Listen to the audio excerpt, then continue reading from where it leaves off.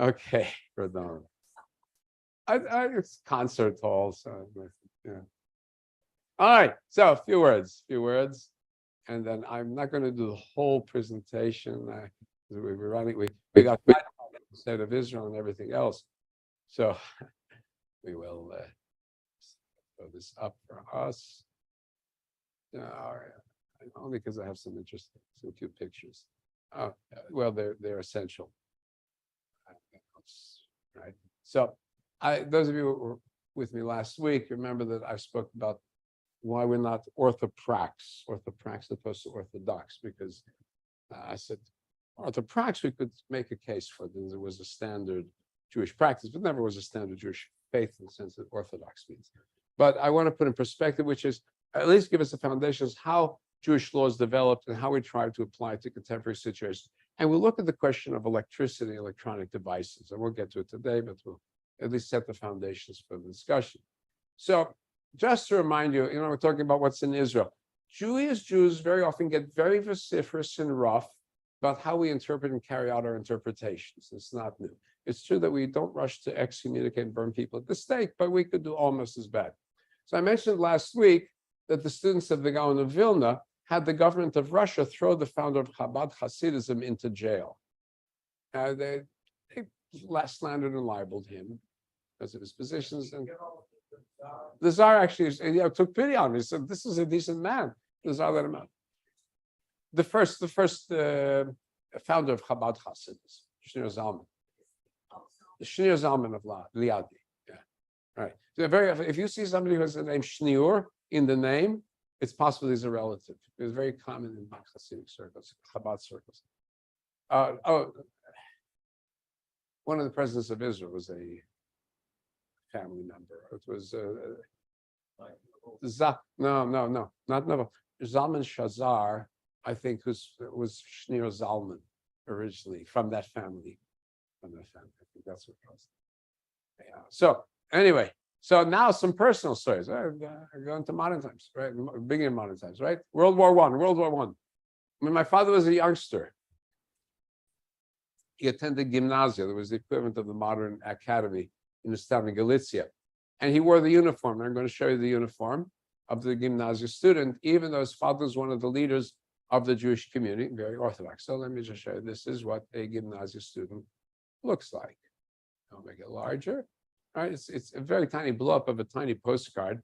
Notice the collar with indicating what grade he is in, right? Quasi-military uniform. That was the gymnasia uniform. And I will explain, this is the face that launched World War I. Right, now I'll explain to that in a second. So, how do I make that claim? So, because he was wearing the uniform of the Goyim, the Gentiles, quote, the enemy, that's how they felt it. The Hasidic youngsters threw stones at him. They thought he was a traitor. Right? Traitor. When World War I broke out, family had to flee from the front lines to Vienna. And on the way there, they stopped and spent Yom Kippur in a shtibel, a small town. And here again, my brother and my father and his brother, they were in uniform. They're running away from town. That was what they had to wear. Running away from the battle line. The battlefront was right through their town, the Russian and the Austrian armies. And the rabbi of the shtibel gets up, sees them, points to them and says, "You brought the war upon us because of the betrayal of Judaism by those who would modernize, not because they ate ham or smoked on Shabbat or anything, just because they put on the uniform of the Gentile." That was the abandonment of Judaism. And by abandoning Judaism, as they saw it, that was the cause of devastation. Right? That's a big guilt trip for a youngster just about bar mitzvah age. That question would be put to rest when both the Hasidim and the modernists were killed by the Nazis. Put everybody equal. Well, but the fight was not just in Europe. On my wife's side in Yemen, around the same time, it's very parallel. Her uncle's grandfather, the chief rabbi of Sana, Rabbi Kapach, initiated modern science and mathematics into the education curriculum of the Jewish schools of Sana, the capital. And he went on a full front war against the Zohar. We don't understand this so much. The Zohar was considered the holy book of Jews after the Bible and the Talmud for about 800 years until the beginnings of modernity. After the Bible and the Talmud is the Zohar. And he went out in a full front battle and said the book is a false book, it's a fake. And I prove it to you. It wasn't just made up. There was a lot of scholarship on it, and he was pulling on the scholarship of the origins of the Zohar. And he was attacking the Kabbalah, which had become so central to Jews, certainly since the Spanish exile and the exiles founding their base in Sfat, the Ari of Sfat, all of those great figures. And he was attacking their followers because they had, as he saw it, that following of Kabbalah and its abandonment of Jewish intellectual process and thinking was responsible for the downfall of the Jewish people in his day, where he made enemies of his fellow rabbis, and there were attempts to put him under herem, expulsion. He was defended by the rabbi of the Yeshuv. Remember, as we come to the founding of the first Jewish settlements, Rabbi Avraham HaKohen Kook, the great Zionist rabbi, who defended him, even though Kook himself did follow, was much influenced by Kabbalistic philosophy. And since then, if you go to Yemenite Jews, they still, at least up to the last generations, very often were at odds with each other. So those are the Igashim, the stubborn ones, or the Dardim, the sons of knowledge, the sons of wisdom. Right? Communities still split. So here, this is what threatened them. Here is the great rabbi. You can see the robes, the tzitzit under, and here in his hand, some kind of measurement instrument, a clock and a thermometer, right? Saying, now we're going to take measurements, we're going to take science, we're going back to Maimonides. That's basically what he was doing. We're going back to the Rambam in our codes. We're going back to our Jewish sources. No, these are old fights, not new fights. Fights, old fights. So now I said that because I want to say that, nothing new under the sun. So now we come to this. What about us? How do we identify us? How do we explain ourselves? We are what's called rabbinic Judaism. We distinguish ourselves from earlier strands of the Israelite or Judaic traditions, the Samaritans, or the priesthood, Saddukim, Saddukite, or later it would be the Karaite, the literalists, who were Judeans, Jews, but accepted only the core texts of the Bible, and then each generation its own interpretation rather than carrying on the heritage of tradition that the rabbinic Jews insist on. But we all agreed that the foundation is the text of the 5 books of Moses. The Samaritans have some variations in the text, but big variations, and from there we split. So we use ourselves the term Torah shebichtav to indicate the written Torah as we have it, with the finalized edition of notifications as in the printed edition by the Masorah in Tveria. Basically, that's the official authorized version. And then we have the Torah Sheba'al Peh, the oral Torah, that which is taught orally and as explained, as interpreted. And we will also use in parallel, we find in rabbinic social terms, Mid'oraita, the Aramaic for the Torah, from the Torah-based law, and then Mid'Rabanan, based on the rabbinic teachings. Right? Is the source something in the written? Do we have a written text to go on, or do we have only our heritage to go on? So it's this concept of Torah Sheba'al Peh, a teaching transmitted orally over the generations. It is the uniqueness of Judaism as we have it, as rabbinic Judaism, beyond the text of the Bible. It was so radical in its day, the Roman Empire was afraid of the way Jews were interpreting the written text of the Torah. They forbade the teachings of the rabbinic interpretations because they were afraid that underlying that was a rebellion against the Roman Empire. They could deal with Jews who were following this. They were sort of safe. It was all the rabbinic interpretations, commentaries, and tales of Midrashim, and everything else Jews were saying that the Romans understood, and not wrongly, to be a threat to the empire. So when it comes to the period of the rebellion of Bar Kokhba, the Romans permitted the teaching of the Bible. You could read the Bible, but you couldn't read the teachings and interpretations. So how do we get this interpretation, this chain of interpretations, what we call the Masorah, the heritage, the chain of heritage. Like the Karaites have an interesting term for our tradition. They call it Sevel HaYerusha, the yoke of the inheritance. You got an inheritance, it's a burden. I don't think us rabbinic Jews never said that in that sense. Never thought of it as a burden. So we presume, even in the period of the first temple, the texts that would make up the Bible are being gathered. There are schools enlarging upon the written word. We sense that in the text of the Torah itself, there are drashot, commentaries inside the text, and they're incorporated into the text. Within the Torah, within the Nevi'im and the Ketuvim. We have terms like B'nai Nevi'im, the literally sons of prophets, students, those who are gathering around at the feet of the Nevi'im. Amos says, Lo ben Navi, lo Navi anochi v'lo ben Navi. I'm not a prophet, I'm not one of the students of the prophet, I'm just a simple Nokeva Shikma. I poke sycamore trees to make them bear fruit. That's all I do. Happens to be a very literate man, but he's, right? B'nai Nevi'im, students of the prophets.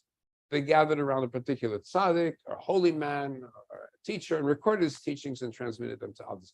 We presume that's going on. And certainly when the children of Israel returned to the land of Israel after the Babylonian exile, the scribe Ezra is given governmental authority to organize the community.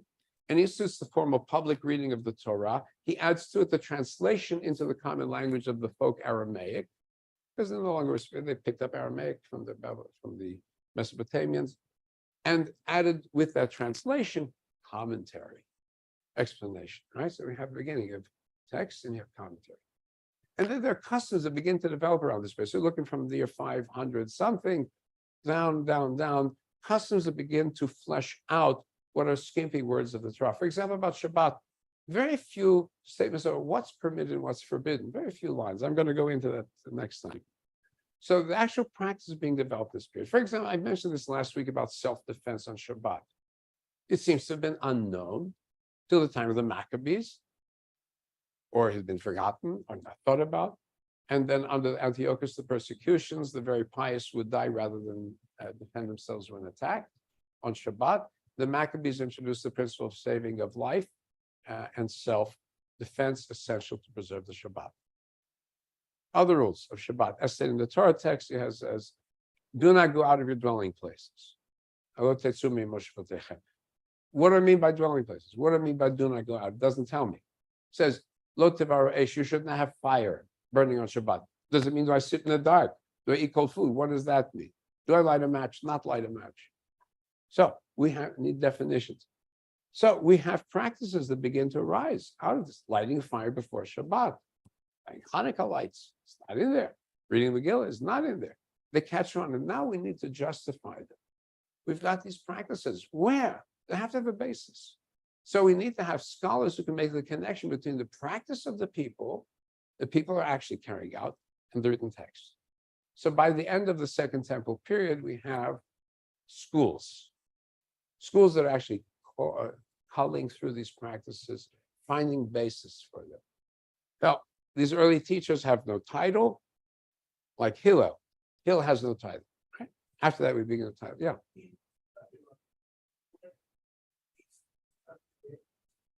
We have the presumption that they're gatherings.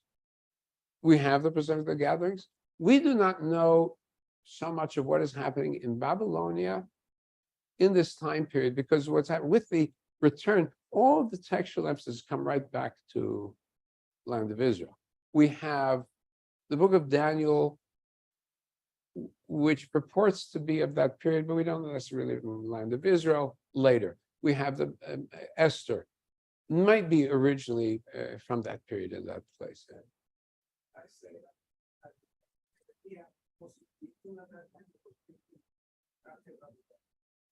Well, first half of Isaiah and Jeremiah are before. Yeah, they're before. Yeah, again, written, it's all oral, probably. Writing is a last, I mean, stuff is being written down. Stuff is being written down all the time, but writing itself for sacred texts and so on, sort of a last resort. No, I'll explain why. So we're not the teacher and the authority. The prophet no longer has any authority by this period. The statement is the prophecy is the realm of children and the insane. When he says God spoke to me and said, we no longer listen. Authorities move from the text to the interpreter of the text and even over the voice of heaven. So we get new theology in this period. We got Tchiyat HaMetim, resurrection of the dead. Maccabees begins to discuss this. Olam Haba, the next life. Concepts that were rejected by the Tzaddukim, the priestly class who went only on the written text. We have another concept also then while we're developing, we have competing schools. Also competing, pairing, going through the Mishnah and continuing into the Talmud. Always competing schools. So you'd have an example, Rabbi Ishmael and Rabbi Akiva were always mentioned together, very close colleagues, traveled together, worked together, but very different approaches. Rabbi Ishmael, we attribute to him the 13 midot, which is in the prayer book before the Kaddish Rabbanan, 13 rules of logical analysis. The simplest one called the Chomer, from simple to harder. Then they get more complicated. And then there's Rabbi Akiva, quite the opposite approach, looking for unusual phrases, unusual grammatical forms as an opening to drive a truck through a pin, through a hole, right? Looking at the word the grammatical construction, right? And trying to create that as a basis for creative law. So then we have early compendia, Mechilta, Sifra, Sifre. These are all somewhere after the destruction of the temple, before the Mishnah, right? And we're collecting based on the text of following the lines of the Torah and then giving the commentary on following the lines of the Torah. That's how they're structured. Finally comes around the year 200, we have Rabbi Judah Nasi, the prince. Now, what's very important is that after the terrible destruction in 70 and the failure in 135, the Jews decided it was time to stop being a threat to the Roman Empire. It's time for the mouse that roared to stop roaring, if you remember that movie. And got down to just rebuilding the land and began to flourish once again, so that by the time of Rabbi Yehuda the prince, it's a stable economy, stable society, and he's in good position with the Roman emperor. I think it's Antoninus Pius, I double check which one it is. And because of that, he now has the clout to create a formal compendium of all the teachings that went before him. And he puts together in the Mishnah, which is a play on the words, one of the phrases used in the book of Devarim, which is Mishnah Torah, a reteaching of the Torah. And now, for the first time, we have organization of Jewish thought. First time. Jews are disorganized mentally. For the first time, we have organization. We have Shisha Sidrei Mishnah, Shisha. We'll call that Shas. That is an Israeli political party, Shas. They also play on the word Sfardi, Shomrim Sfardi, but it's Shas, the Talmud, meaning the 6 orders based on the Mishnah. 6 orders. What is they? Agriculture, festivals, women, damages, sanctity, and purity, right? Now we are organized. And then we subdivide them into tractates, Masechtot, which subdivide these into things like Shabbat or the courts, Sanhedrin. Now we're organized. But even this fundamental document for authoritative Judaism is not written like a constitution. It's written not as you shall and you shall not, but query and response. Query and response with alternate answers. That's the very first word of the Mishnah is a question. May aimatai. From when do we begin the Shema in the evening? I know I'm supposed to say Shema. I know that. You don't have to tell me. I always do it. From when? The question. And from there I get 2 answers. The priests go to the Truma, Atzek Kochavim, till the stars come out. What do I mean by that? Then we get the minority opinion first, and then the majority opinion, and then an example, how was it carried out in practice by one of the sons of the rabbis, and what is father, right? Discussion. So even that's not written as a codex, it's not written as a constitution. It's written as a platform upon which we can begin discussion. Yeah. Was kind of the Roman kind of literature kind of have a good influence on Rabbi The Romans had very nice organized law. Yeah, Romans- they Romans- had very organized. but they're organized. Even this is not organized. I see. It's organized, but it's an opening to discussion on common accepted themes. I see. That's really what it is. Just organizing the thinking. I'm not giving you a final answer. So as soon as the ink dry, in this case, it was an oral text, it was not allowed to be written, had to be memorized, the new issues arise. So you have Jews in the land of Israel, they have their needs, Jews in Babylonia who are wealthier and much more protected in many ways, have different needs. And so you have two different sets of discussions by different academies. Those in the land of Israel, they create a shorter compendium because later the Roman Empire, as it becomes Christian, crushes the Jewish community, basically. And so they don't have the wealth and the time to create a final edition. That's the Yerushalmi. And then in Babylonia, it's a wealthier community. The Persian rulers are generally tolerant. They have more time to develop the text, and therefore it's a much more extensive work, the Talmud Bavli. And then what will happen is the traditions of the Palestinian Jews of the land of Israel becomes the foundation of Ashkenazic practice, because they go from the land of Israel into Italy and into Europe. And the Bavli becomes the basis for Sephardic practice, because the scholars go from Babel through the Muslim world into Spain. And that's where you get the Sephardic Jewish community. So, in their practices. And then even there, it's not only two Talmuds, competing approaches, but inside the Talmud itself, the Bavli, which becomes the authoritative version, you have pairs, Rav and Shmuel and Abaye Rava, and the competing academies, Surah and Pumbedita. You can't have one academy. You got to have Oxford and Cambridge. All right. Eventually, Bavli becomes, as I said, the authoritative text, and you got a new legal figure, the Rav, the one who may teach the laws, but cannot render rulings on sacrificial animals, which no longer exist, because that's reserved only for the teachers of Eretz Yisrael. The teachers of Eretz Yisrael. So in Eretz Yisrael, you have the title Rabbi. In Babylonia, title Rav. Right? Those are the correct titles. So Rabbi as a title correctly is only somebody who's been designated by a predecessor from the land of Israel. That chain of precedent disappeared. So technically, Rabbi as a title, as a legal title, no longer exists. It exists as a title of honor, not with the same legal. It is the title Rav that continues in the chain of teachings. Yeah. In Babylon, even though they have the freedom to write it, were kind of checked by the authorities of the area. No. There's only one record of one era in which there were persecution. There was a short period in the Zoroastrian tradition But where they maybe overlooked that there was no sentence against the kingdom. No. But, we have in our printed editions, but the printed editions are much later, based on some of the earlier, and the manuscripts also we have are nothing newer than 1,000, in the Talmud, the Bavli, existing manuscripts. The church did force us to change some words, so that wherever the original sentence may have said Christian, we were forced to put in the print edition a kuti, meaning a code for Samaritan.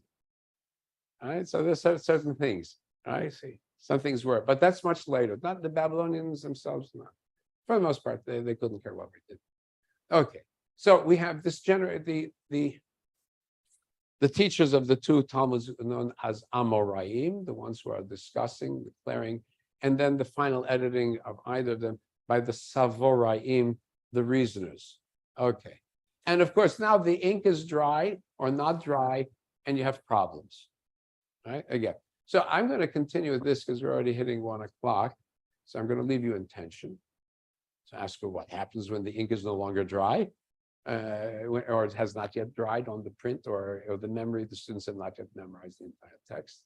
For the most part, remember, all this is done by memorization. All done by memorization. Today in Israel, is there some kind of organization, or every site is independent and completely free? There's an official rabbinate in Israel. Its realm is restricted to its realm is restricted to the marriages, burials to some extent, and kashrut. Now, in some places also rules about Shabbat, but we have different, there's the local rabbinate, and in some places, for example, Haifa, buses run on Shabbat because they always run on Shabbat. Some areas you could get kosher, you could get non-kosher food. Some areas you couldn't get non-kosher food. Pig is not called pig; it's called white meat on the menu. All right, all right. Yeah, if you see an Israeli menu saying white meat, basar lavan, it's pig. Okay, double check that it doesn't say kosher. But there is evolution. Huh? There is an evolution going. That is a change, a slowly change. It's going all over the place. It's all over the place. It all depends on who is there, because there's no single authority, no single system. The rabbinate itself, which was intended to try to bring in some kind of coherent system, was rejected by the Haredim. So in other words, the rabbinate, which tends to take now increasingly more Haredi line, itself is not really followed by the Haredim, the ultra-Orthodox, and the Hasidic, whether it's the Hasidic Orthodox, the two different schools that don't talk to each other. Also, kids, I might have Hasidic, and you have the Litaim, the Lithuanian, the Yeshiva Haredi. They don't see eye to eye. So All of them very, very devout. Different camps. So we're back to old Israel, north and south. South, east, and west, up and down, above ground, below ground. All right, that's it. That's why Khrushchev was I think I used it last week. Had a great quote about I can't take dealing with you Jews. I can't get a single answer. You never agree on anything. Okay, so we're going to finish up. Then I wish everybody Shabbat Shalom. I just posted on Eventbrite and on our Facebook page registration for my holidays. We will do in person. We'll also do it as Zoom as a benefit to people who cannot get to shul, and we might be in the main sanctuary. We're going to find out. Okay, so to everybody, Shabbat Shalom.